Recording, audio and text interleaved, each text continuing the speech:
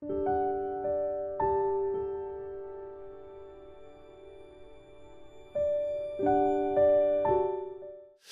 오늘 우리가 대하는 이 사도행전 15장은 구원은 주님이 주시는 은혜로 말미암아 이루어진다라고 하는 것을 공식적으로 천명한 그 내용이 담겨져 있습니다. 여러분, 구원은 하나님의 은혜로 주어지는 것인데, 그런데 유대인들 그리고 유대인들 중에 이 율법주의의 신앙생활을 하던 자들이 이제 예수를 믿게 된 이후에도 그들의 구원관이 불확실했어요. 혼돈스러웠습니다.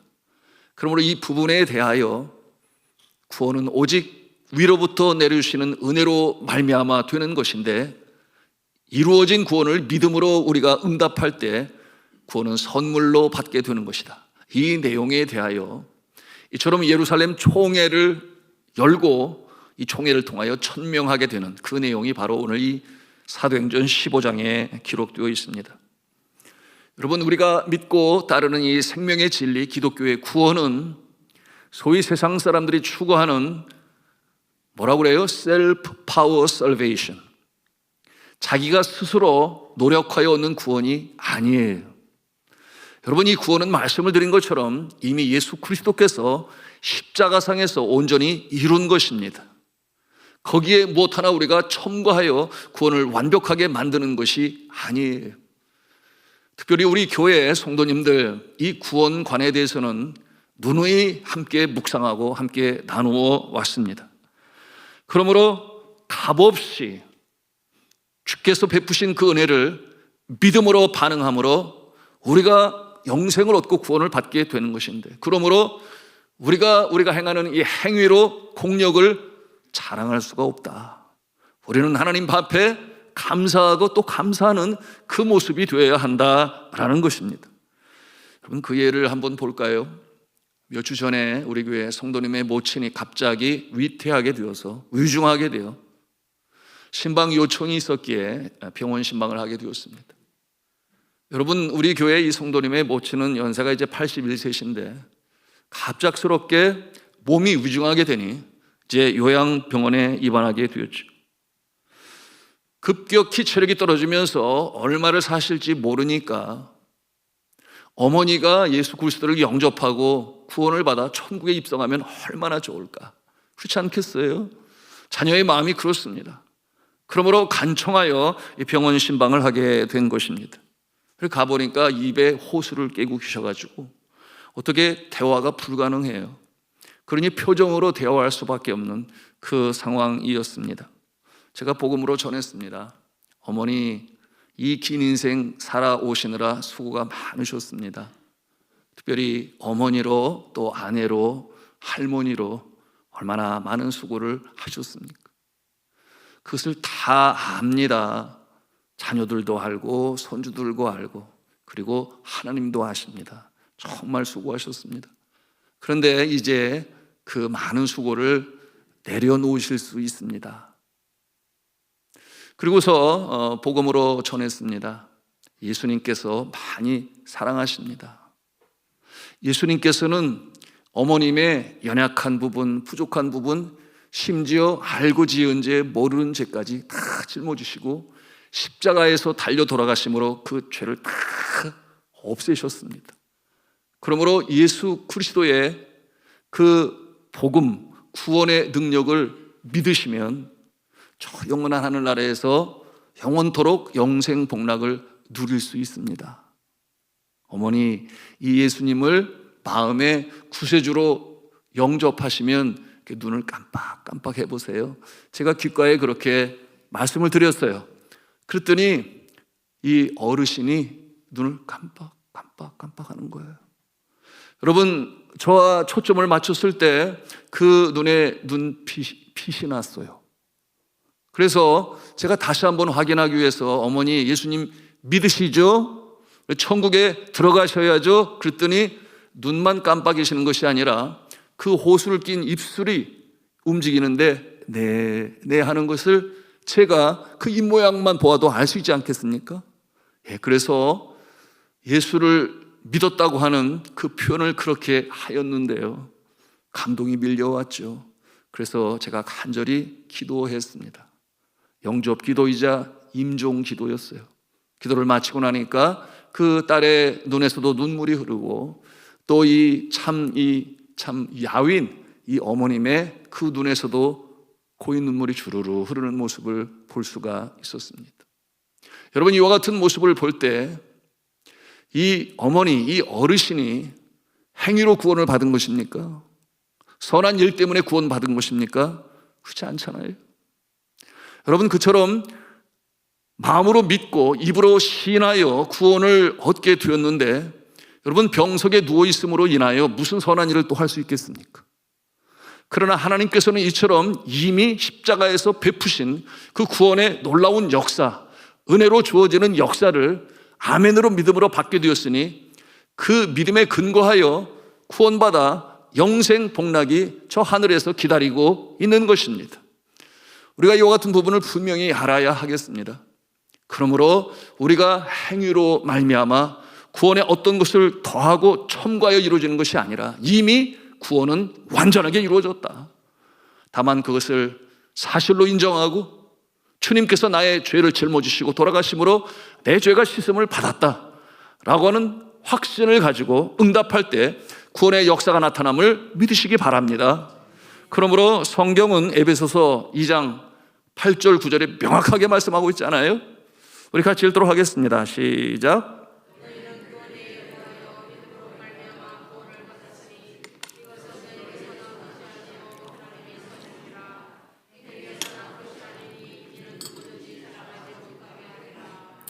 아멘이에요.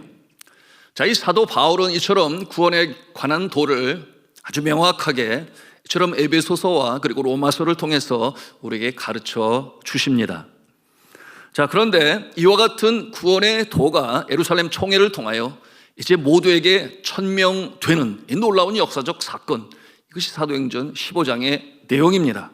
자, 그러면 본문을 살펴보며 함께 은혜를 나누고자 하는데요, 예루살렘 교회에서 온 이 유대인들이 이 안디옥 교회 교우들에게 가르치게 되었는데, 이 가르치는 자들이 구원과 연관하여 율법과 복음의 관계를 정확히 구분짓지 못하고, 여러분, 그와 같은 상태에서 가르치게 되니 여러분, 이 안디옥에 있는 이 교우들이 혼돈스러웠습니다. 왜냐하면 이 안디옥 교회, 우리가 아는 대로 바울과 바나바를 선교사로 보낸, 여러분, 이 안디옥이라고 하는 것은 이스라엘 좌팍 북쪽에 있어요. 그러므로 그들은 주로 이방인들이었습니다. 그러므로 그들이 예수를 믿을 때에 유대인들처럼 할례를 받고 이스라엘 백성들과 같은 모습이 되어 구원을 받은 것이 아니었어요. 그들은 할례 없이 예수 그리스도를 주님으로 영접하게 되었는데, 성령의 인치심으로 말미암아 성령의 충만함을 받게 되었다 그랬습니다. 그러므로 그들에게 구원이 임한 것을 확실히 아는데, 그런데 이 예루살렘에서 온 유대인들이 율법주의에 입각하여 예수를 믿게 된 자들이 무엇을 요청하는가 하면, 복음을 믿을 뿐만 아니라 율법을 행하여야 한다, 특별히 할례를 받아야만 한다, 이렇게 주장을 하게 되니 이들이 혼돈스러울 수밖에 없는 것입니다. 여러분, 이처럼 이 복음은 어떠한 행위 또는 그 행위가 조건이 되어서 구원받는 것 아닌 것을 이제 사도 바울과 이 바나바가 그들의 앞에서 해석을 하고 설명을 해요. 복음을 전할 때 예수 그리스도를 믿음으로 말미암아 이방인들에게 성령이 임하시는 그 내용에 대해서 그들에게 전하게 되었던 것입니다. 여러분, 할례나 무할례나 그것이 구원을 이룸에 있어서 어떠한 효력이나 효과를 미치는 것은 아니다, 그렇습니다. 우리 인간의 행위가 구원 전선에 영향을 미치는가? 그렇지 않다라는 거예요. 과거에 우리나라에도 비슷한 모습이 있었습니다. 태평양을 건너온 선교사들이 복음을 전함에 있어서 이 땅에 와서 보니까 가장들이, 남정네들이 앉아서 노름판을 하고 또한 술을 마시고 담배를 피는데, 그것이 나라의 망조처럼, 그것으로 말미암아 가정이 너무나 힘들고 사회가 변혁이 되지 않고 하니까 복음을 전하면서 어떠한 내용으로 전하는가 하면 예수를 제대로 믿는 자는 추초 금지, 그래서 술과 담배를 끊어야 한다, 이 같은 내용으로 가르치기 시작했어요. 잘 가르쳤죠? 잘 가르쳤어요. 자, 이 같은 내용은 예수 믿는 자의 행위에 대해서 가르치는 것인데, 그런데 자칫 오해하는 자들이 있었으니 예수를 믿으려면 추초 금지해야 된다, 이렇게 인식되어진 모습들도 있었어요. 그러나 분명한 것은 할례나 무할례나 또한 술과 담배가 여러분 구원을 받고 영생을 얻는 데 있어서 어떠한 영향을 미치느냐? 그렇지는 아니에요. 이와 같은 모습은 어떻게 우리가 해석할 수 있는가 하면, 우리가 예수 그리스도를 믿게 되면 우리 안에 내주하시는 성령께서 역동적으로 역사하심으로 말미암아 여러분 이루어가는 과정이 있으니 이 과정을 sanctification이라고 그래요. 신학적 용어로 성화라고 그래요. 거룩해지는 것입니다.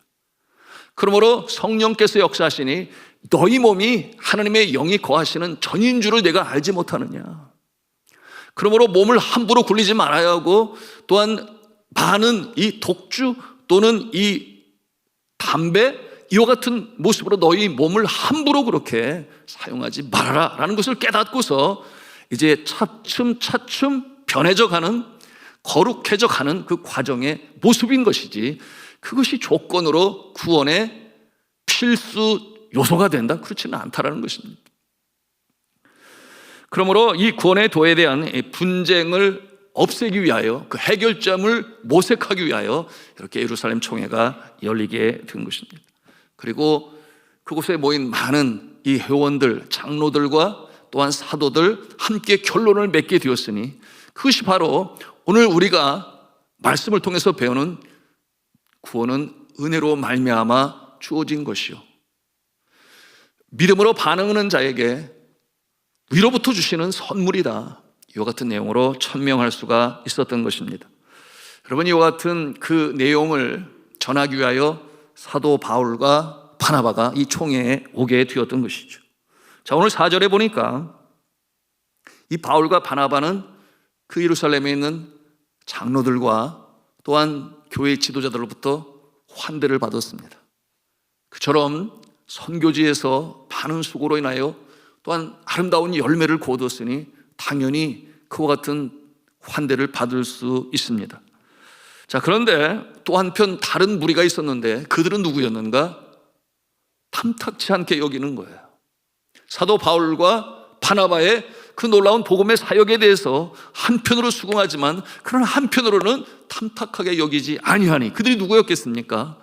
오늘 말씀해 보니 이 유대의 율법주의가 여전히 그들의 마음을 잡고 있는, 예수를 구세주로 믿기는 하지만 그 율법이 그들을 올가매고 풀어놓지 아니하는, 자유함이 없는 그와 같은 자들이 이 사도 바울과 바나바의 이 전도에 대해서 의문점을 가지고 있는 것입니다. 여러분, 그들 앞에서 이 사도 바울과 바나바가 선교 보고를 하잖아요. 네, 심차게 간증을 합니다.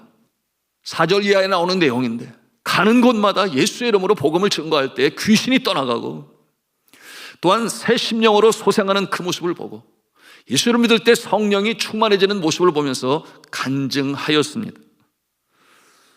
이 전도하는 과정에서 더 놀라운 사실은 이 구원을 얻는 데 있어서 유대인이나 이방인이나 아무런 차이 없이 성령께서 역사하심으로 놀라우신 하나님의 은혜와 능력을 체험하게 되니까, 여러분, 그 결과적으로 바라볼 때 이 율법주의 기독교인들이 할 말이 없는 거예요. 자, 이것은 이 초대교회, 이 예루살렘을 중심으로 하는 이 예수를 믿는 자들에게 굉장히 놀라운 일이 아닐 수가 없었습니다. 여러분, 그들은 놀라면서도 자신의 입장을 고수하였다 그랬는데 그 내용이 이제 오늘 5절에 있는 말씀이에요. 우리 5절 말씀을 같이 읽도록 합니다. 시작. 바리새파 중에 어떤 믿는 사람들이 일어나 말하되 이방인에게 할례를 행하고 모세 율법을 지키라 명하는 것이 마땅하라 하니라. 이 유대인들이 율법에 대한 애착이 너무나 컸기 때문에 어떻게 그것을 지키지 않고서 구원을 받을 수 있는가에 대하여 이처럼 자신의 입장을 피력하는 것입니다. 그것이 자신에게 올무가 되었고 나아가서 자신의 의가 되었어요. 자신들은 이렇게 지키니까 그래도 하나님이 더 사랑하는 거 아니냐. 그 율법을 지키는 것이 의가 되었는데 그럼 그럴 수 있어요.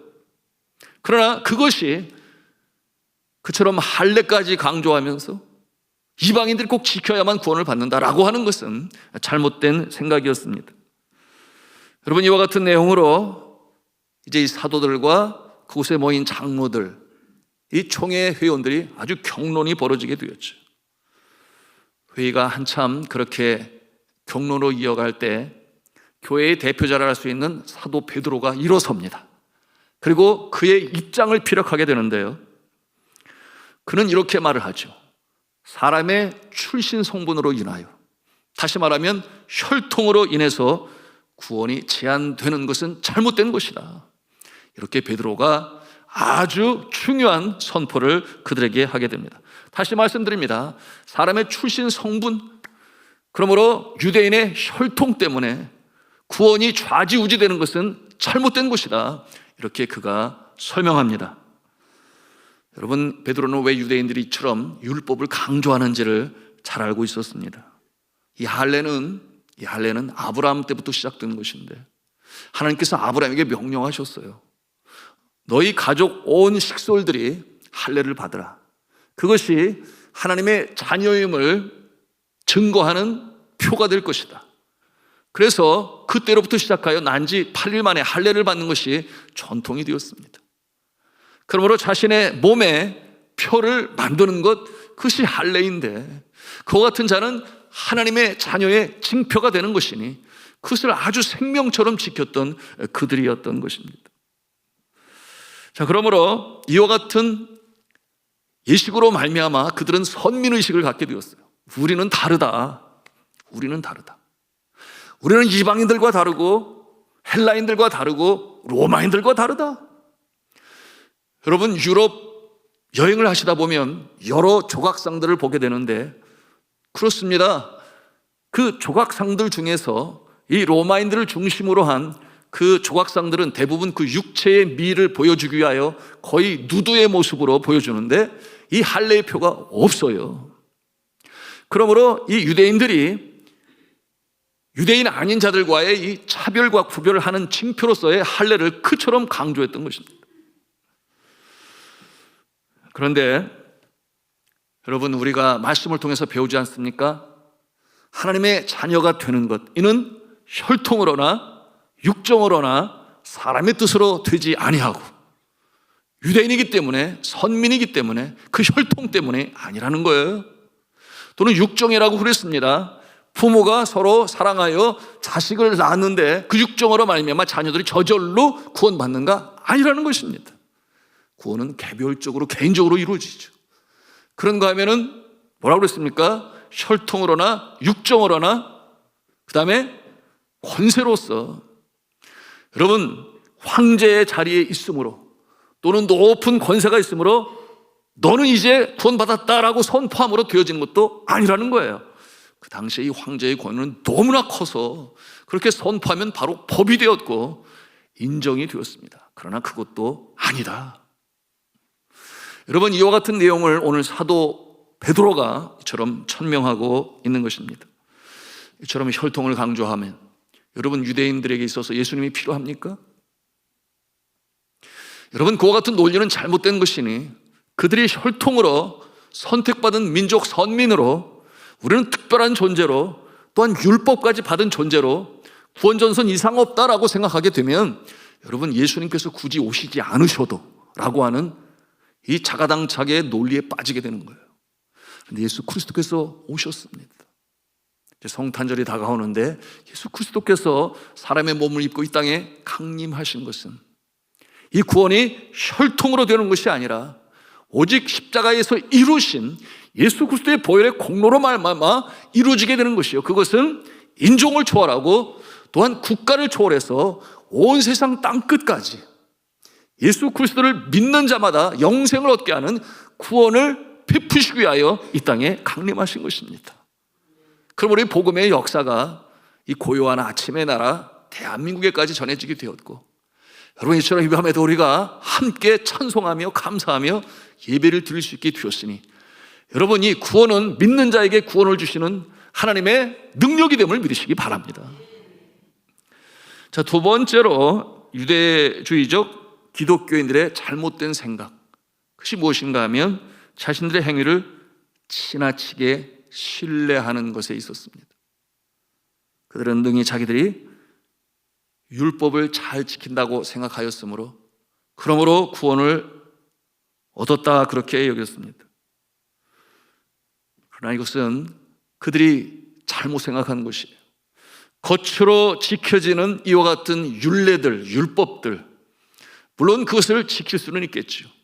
그러나 그것을 또 다 지키는 것도 아니에요. 여러분 이 율법은 613개 조항으로 이루어져 있는데 많은 사람들이 그것을 지키지를 못했습니다. 그런가 하면은 그 심령, 예수 그리스도께서 오심으로 예수 그리스도께서는 심령의 죄까지도 언급을 하세요. 그러므로 심령이 청결한 자는 복이 있나니 그가 하나님을 볼 것이요라고 그랬는데, 심령이 청결하지 못하면 하나님을 보지 못할 것이요. 여러분 이처럼 심성에 자리 잡고 있는 이 죄성, 그것은 또 어떻게 할 것이냐 하는 거예요. 눈으로는 보이지 아니하고 생각 속에, 마음 속에 감춰져 있는 그와 같은 생각의 죄에 대해서는 너희가 어떻게 할 것이냐. 여러분 예수께서 물으실 때 그들은 할 말이 없어요. 그러므로 그들이 생각하고 있는 외적으로 드러나는 이 지킴이 그들에게 있어서 정말 구원을 이루는 완벽한, 그들이 주장하는 기준이 되는가? 아니라는 거예요. 그러니 그 내면의 또아리를 뚫고 있는 이 죄성으로 말미암아 로마서 3장 13절은 뭐라고 말합니까? 로마서 3장 23절에 있는 말씀 우리 같이 읽겠습니다. 시작. 모든 사람이 죄를 범하였음에 하나님의 영광에 이르지 못하더니. 그 율법의 기능은 무엇이냐? 네, 로마서 3장 20절에 있는 말씀 그대로죠. 같이 읽습니다. 시작. 그러므로 율법의 행위로 그의 앞에 의롭다 하심을 얻을 육체가 없나니 율법으로는 죄를 깨닫게 하시기 위하여 율법을 기준으로 두었던 것입니다. 어떠한 기준? 내가 의롭다 자랑하지 못하도록.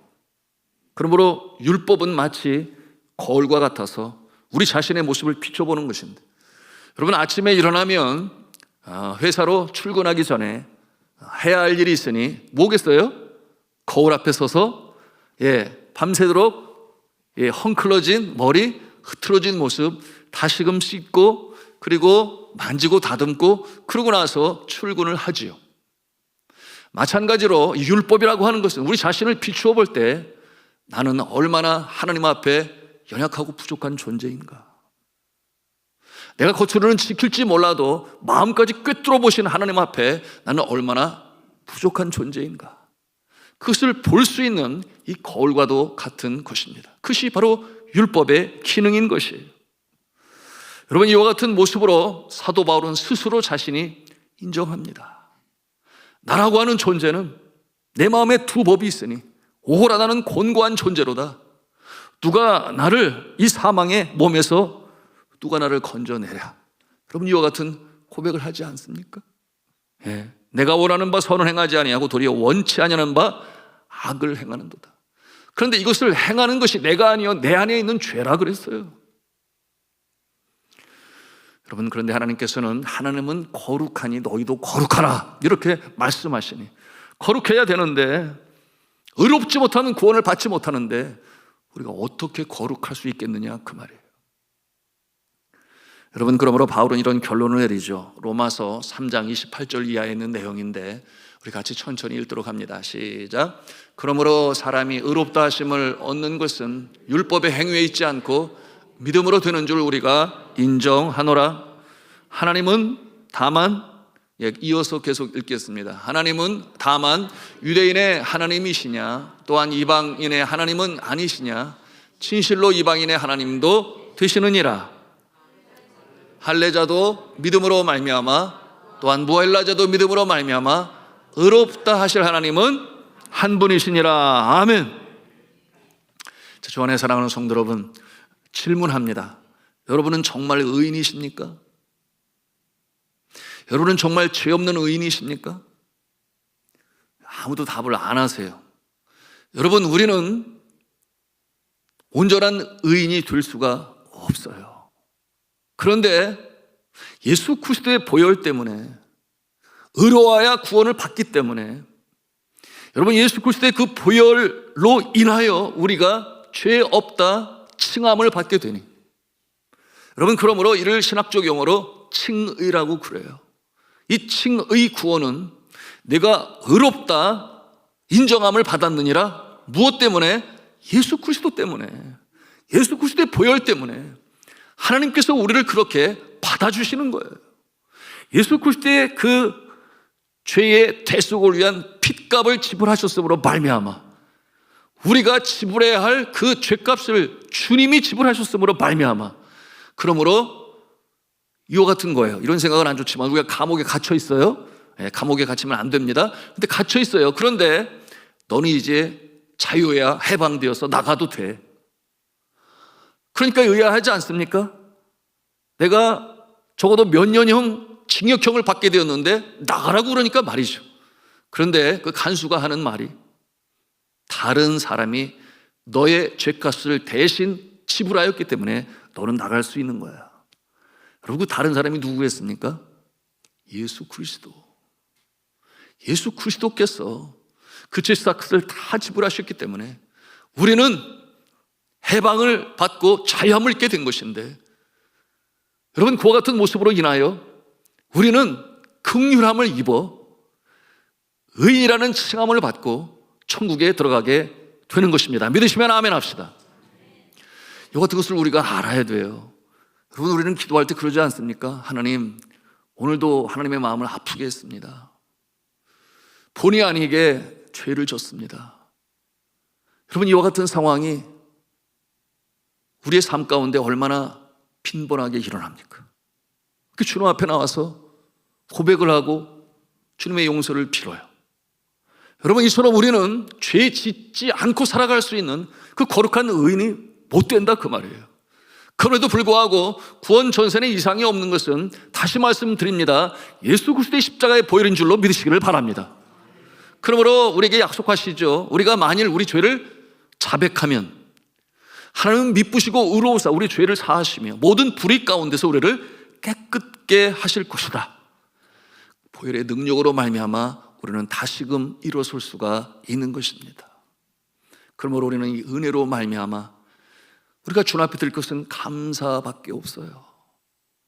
나의 죄를 위하여 십자가에 달려 들어가신 예수 그리스도, 그 사랑에 감격하고, 또한 내가 원치 않지만 그러나 또 알게 모르게 지은 죄로 말미암아 힘들어할 때 이처럼 주님 앞에 나와 우리가 자백하고 자복하고 통회하며, 여러분, 주 앞에 용서를 간구할 때 보혈로 용서함 받는 줄로 믿으시기를 바랍니다.